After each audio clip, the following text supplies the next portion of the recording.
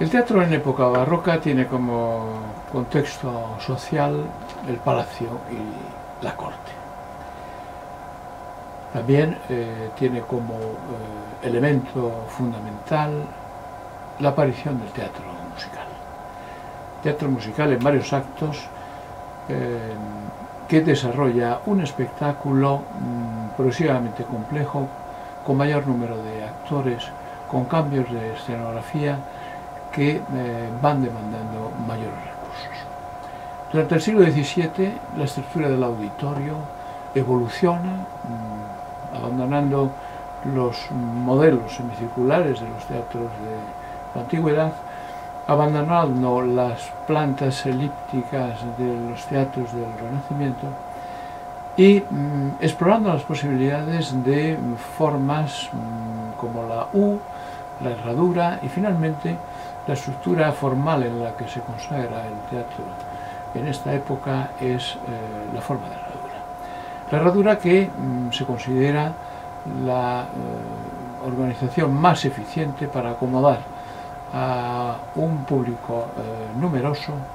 en una situación de cercanía y equidistancia con el escenario. Esa estructura, digamos que tiene tanto éxito que no solo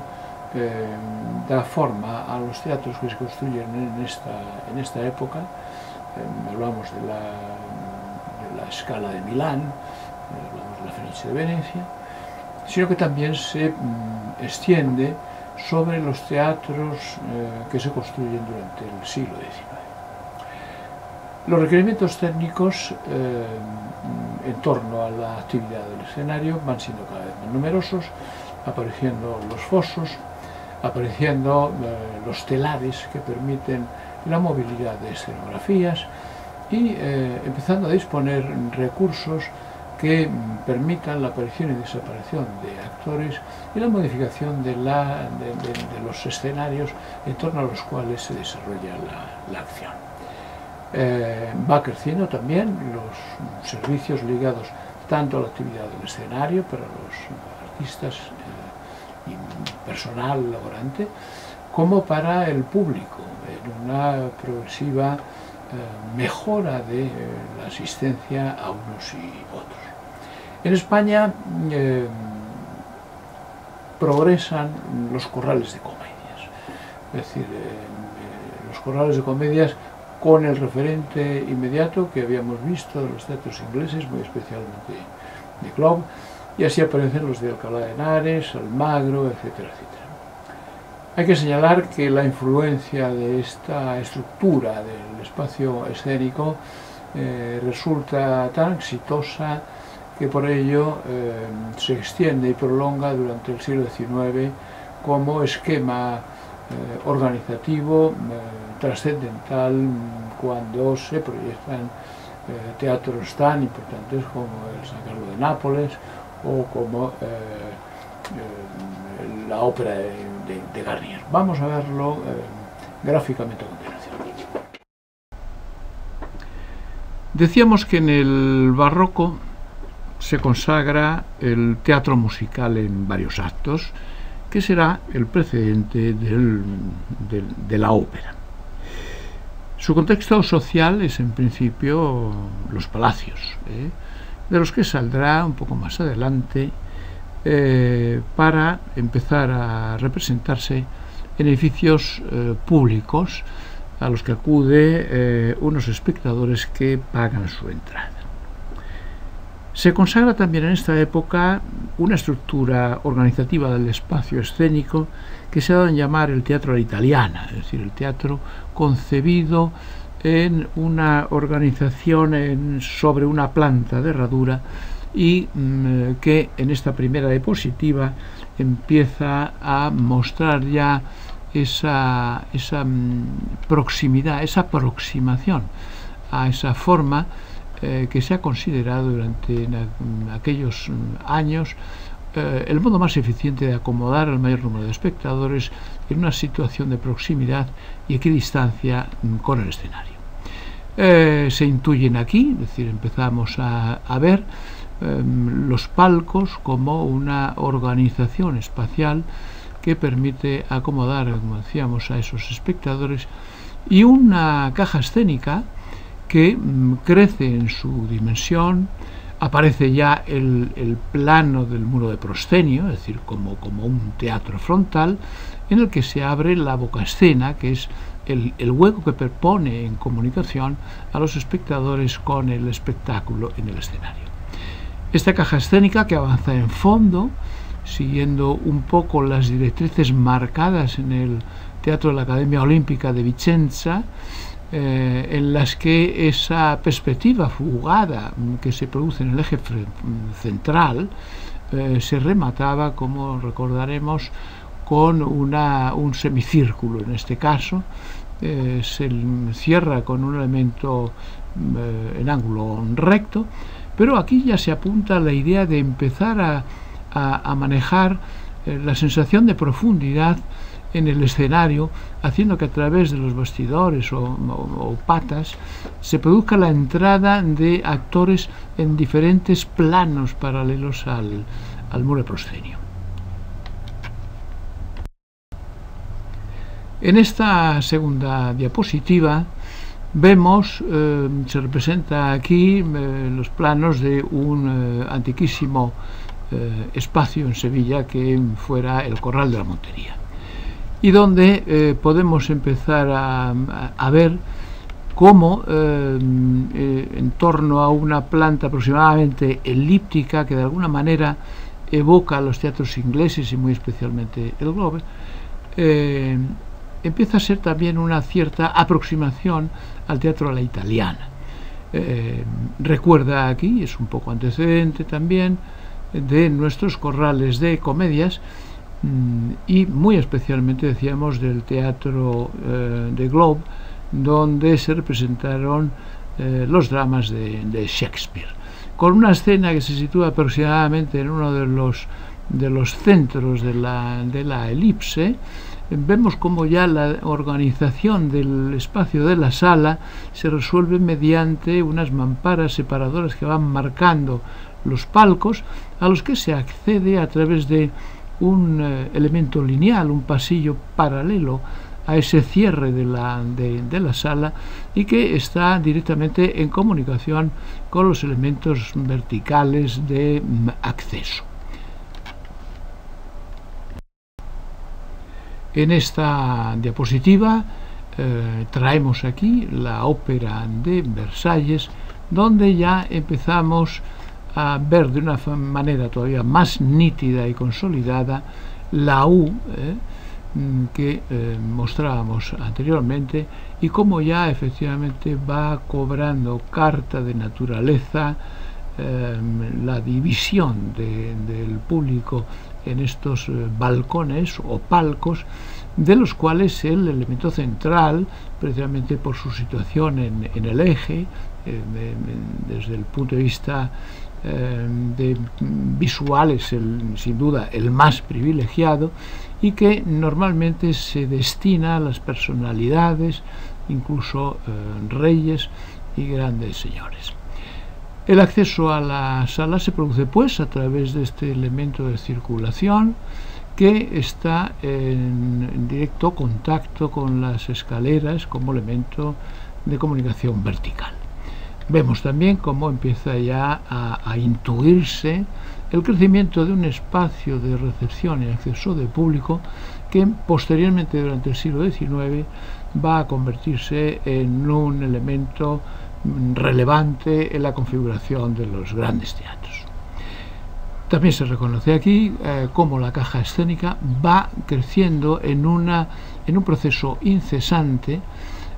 como consecuencia de la complejización de todos los espectáculos, de ese drama musical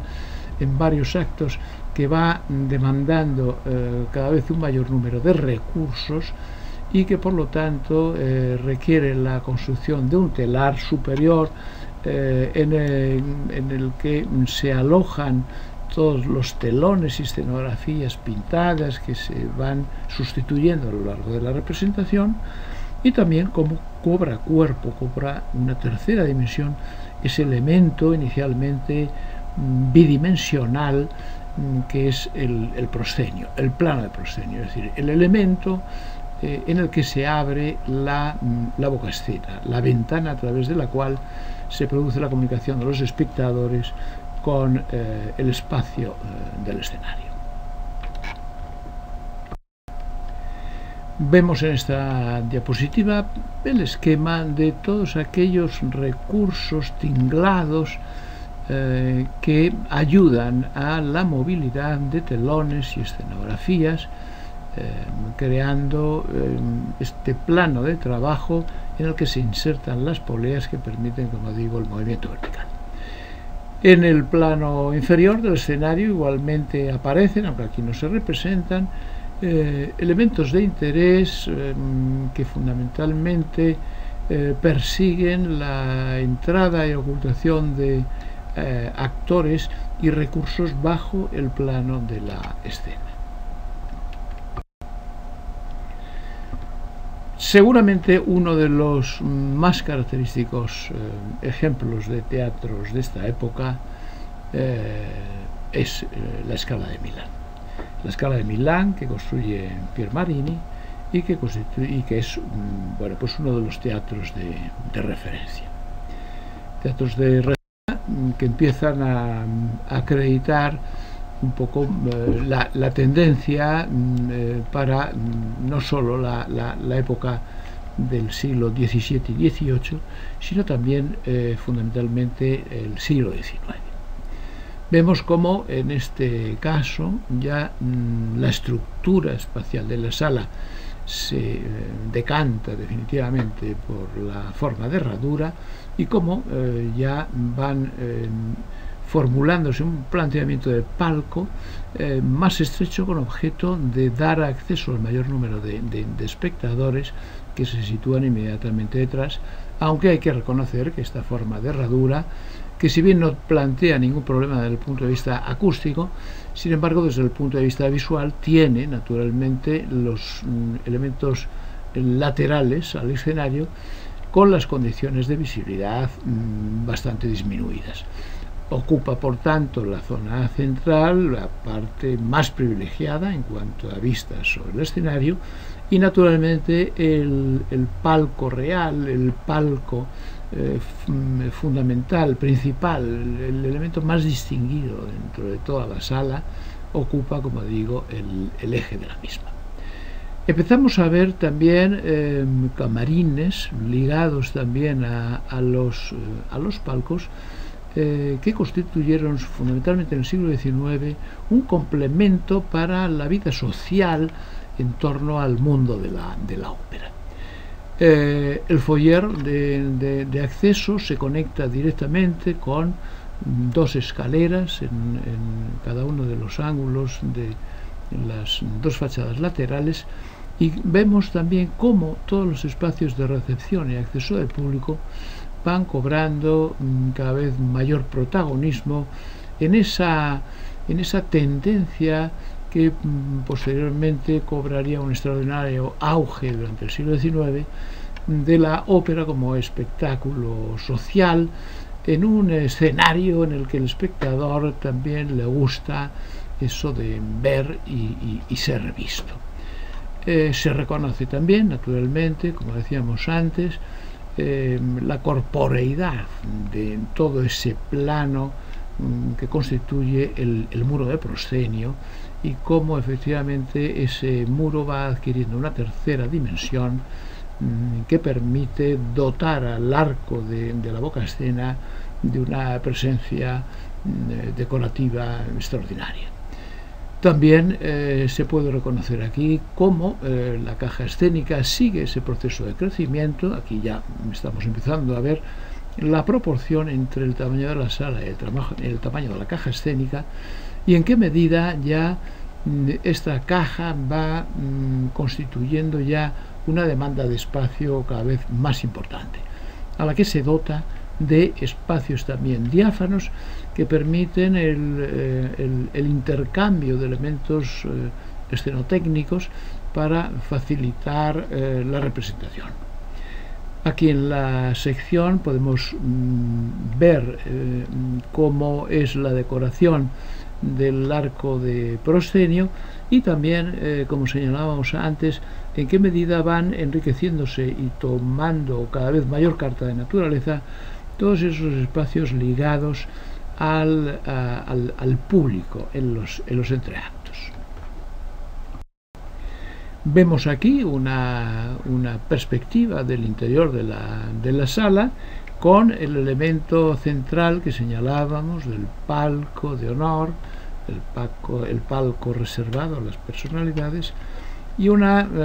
formulación del patio de butacas con ese elemento central del acceso que hoy día no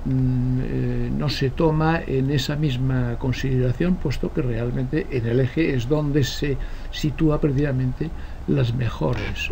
localidades en cuanto a visualización se refiere. Vemos aquí también una perspectiva del San Carlo de Nápoles, otro de los grandes teatros de la época, con esa extraordinaria riqueza decorativa, tanto en los antepechos de los palcos como en el propio techo y el arco del proscenio. El antepecho también, que separa la platea del foso de orquesta, y toda esa riqueza decorativa que en aquellos años se visualizaba mediante una iluminación conseguida a través de gas. Primero velas y luego luz de gas,